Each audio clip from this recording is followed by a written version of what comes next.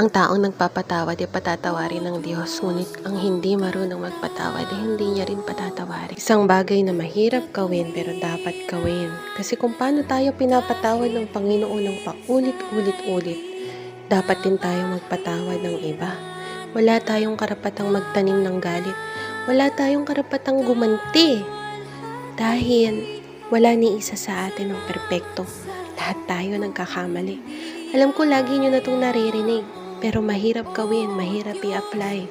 Pero kung laging nasa puso mo ang Panginoon, palagi at palagi kanyang papaalalahanan through the Holy Spirit kung ano ang dapat mong gawin.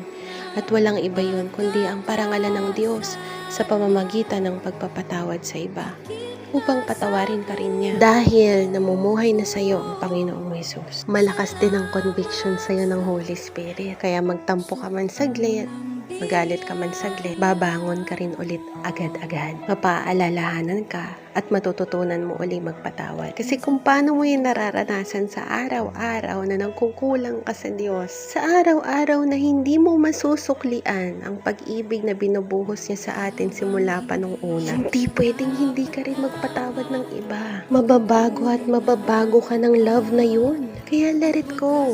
Forgive quickly dahil hindi natin alam ang araw ng bukas. Hindi natin alam ang magaganap mamaya. Ang Diyos lang ang nakakaalam. Tomorrow or later may already be too late. Kaya forgive so that you may be forgiven also. Mahal ka ni Lord.